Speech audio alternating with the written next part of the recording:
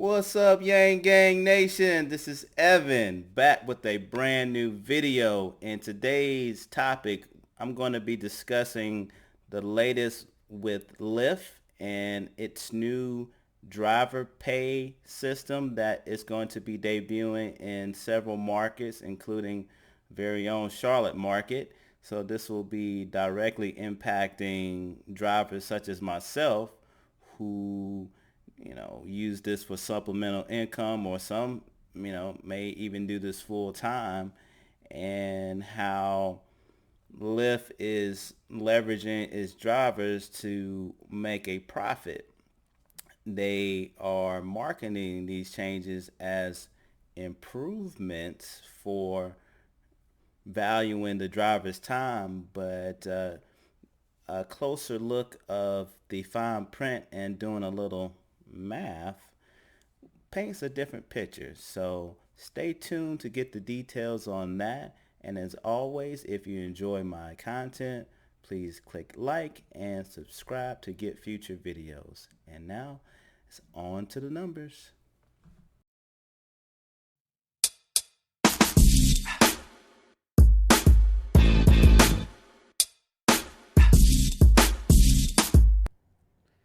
Welcome back, everyone. So here's the breakdown. Lyft about 3 days ago sent out an email basically saying start earning as soon as you tap accept. And now, just looking at that headline, you would think, woohoo, this is great. I get to make more money. Or so it would seem. But if you dig a little deeper in here, now, if you don't know how Lyft drivers are paid, we get a ping, we accept the request, and once we drive to the passenger, pick them up, confirm who they are and where they're going, we click accept, and then the ride starts, and this is how we begin to get paid. And then once the ride is over, that's the end of the fare, and we move on to our next passenger. But with this change, they're saying now from the moment we hit accept, we'll be getting paid throughout the entire duration, including the pickup. And there's some other notes in here about shared pickups, which I totally ignore because I don't do those. They're a scam. And it also just mentions a long-standing issue with Lyft and or any ride share in general. It's just when the passenger is far away, let's say 10 to 15 minutes worth of driving just to pick up a passenger, that hasn't been beneficial to drivers, because if I drive 15 minutes to pick someone up and then they're only going 5 minutes down the street, well, that was a waste of time and gas on my part, and definitely not worth the payout. So that is a plus, but let's look a little further here. They just mentioned some of the markets that it's rolling out to. I think there's about at least 12 of them or so. And Charlotte happens to be the market I'm in, so this definitely affects me. This will go into effect on Wednesday. So I was like, great. They sent all this all this marketing razzle dazzle about improvements and things, but let's look at the actual numbers, and let's see exactly what they're adding up to get what we make. They're going with the base rate, plus time rate, plus distance rate, and then we get tips and bonuses on the end. A base rate is just literally we click accept and we get paid a certain amount right off the bat. Time, of course, the amount of minutes that the commute takes, and the amount of miles that the commute takes. So let's go a little further here. And this is the current base rate as of today. So these rates will only be around for a few more days, so enjoy them while they last. The base rate right now is 82 cents. There's a $5 cancellation fee that we get if somebody cancels the ride or they no show. The most you can make on a ride is $300. The least you can make on a ride is $3. The per mile rate is 60 cents a minute. 60 cents a mile, and the per minute rate is 11 cents a minute. So keep all that in mind because now you're about to see the new rates. Bum bum bum. Oh, look at this. This is what they didn't advertise in the initial email, and now they've had these rates in mind since June, but since I guess the rate change doesn't go in effect until Wednesday, they conveniently slid this price change in on a weekend when everybody would hopefully ignore it and not be paying attention to it. But the new pickup rate or the base rate, they just changed it to pickup rate, is 45 cents, down from the 82 cents that it was previously. The minute per rate has gone up to 15 cents. So that's the only positive out of this. But then here's another big negative right here. The per mile rate is now down to 33 cents a minute, way down from 60 cents. And this is where you make the bulk of the money, is in the mileage. So, I mean, you can't tout that you're going to be paying more throughout and you cut the core components of what we're getting paid. And if you don't think this makes an impact on drivers, let's break down to some actual real world scenarios. So, for example, for to the rate as it stands today, if I did a 10-mile trip with the 60 cents, with a 20-minute ride at 11 cents a minute and a base fare of 82 cents, that gives me about $9.15. Looking at the new rates, I still have a 10-mile trip, but I'm adding an additional 2.5 miles just for pickups because your typical pickup is only going to be like a couple of miles away from your passenger. And they're not always sending you 15 minutes away to pick up somebody. And if they did, that would be a very inefficient way to drive. If you're always having to go that far to pick up people, you're not going to get but a couple of passengers in an hour, so that would still be a detriment to you. But so I gave 12 and a half miles for the mileage, and I gave 25 minutes for the total amount of time because I'm including an additional 5-minute pickup. Most pickups range anywhere from a minute to 8 minutes on average, so 5 to 8 is very common. And then the 45-cent base fare. So now we're looking at a total of $8.32. And so you just lost about 80 cents right there. And maybe for some with, big pockets, 80 cents is nothing. But let's look at it from a full hour perspective because, we're trying to, maximize how many rides or how much money we could possibly make in an hour. So let's say we turn on our app, we get a ping from a passenger that we're already close to. It happens more than you think, especially in very populated areas. You're going to get a ping from somebody that could be literally right around the corner or barely have to turn on the car. They could walk to you. And so you pick this passenger up and they want to go for a long ride, a full hour ride, and you can get them as far as 50 miles in that hour time before you drop them off.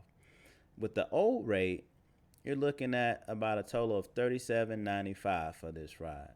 With the new rate, because they heavily penalize the mileage and the base pickup, you're now only making $25.95 for that same 50 miles an hour. Even though you drove a full complete hour, you're making $12 less than what you would be making now. So that's a huge loss. I don't have $12 to give to Lyft. I don't know about y'all, but I certainly don't have it.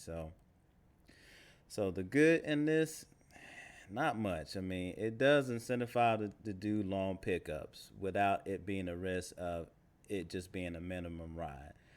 I guess that's the only thing that they solved. But in doing so, they created more problems because this penalizes drivers who just drive smart. I mean, you want to do short pickups and you want long distance rides, and it just negates both of those things now.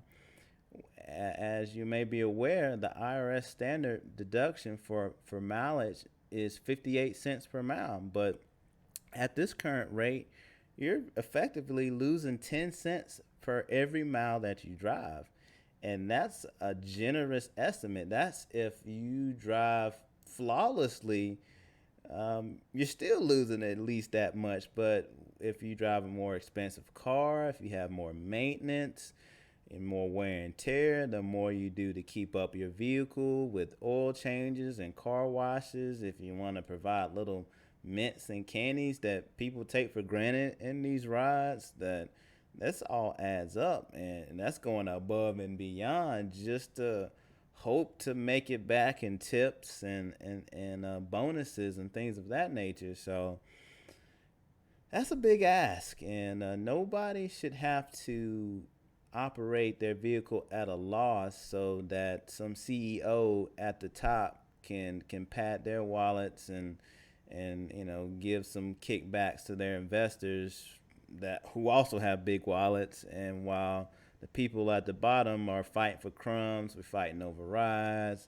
fighting over, is this a good thing or a bad thing when clearly it is, but yet there'll still be drivers on the road come Wednesday because people got to eat, people got to pay bills, and it shouldn't be like that. Why are we under this umbrella of scarcity when we should want more? I mean, what's the action plan? What could we do about this? We could drive for the competitor, drive for Uber, but 9 times out of 10, they're just going to turn around and match these rates eventually. I mean, it could be soon, it could be later, but I mean, they already match each other's rates now. So what's to stop them from dropping their rates once Lyft drops their rates? Because, you know, I mean, that would save them money too. I mean, we could only drive during peak times and collect bonuses, but that's not an option for everybody. Some people have very tight schedules and they can only drive during the day or when it's maybe a little slower, or they have safety concerns and they don't want to drive at night. They don't want to deal with the intoxicated drivers or the craziness of some of the more peak events like a concert or a sporting event. I mean, those can be very stressful.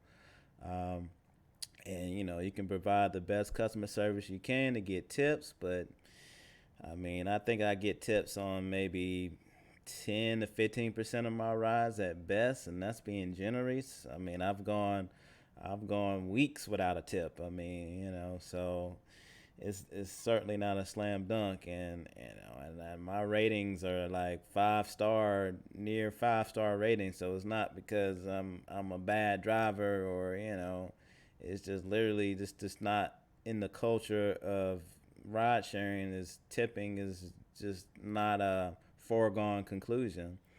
So I mean, dealing with automation, I mean, this is not a problem that's going to get better.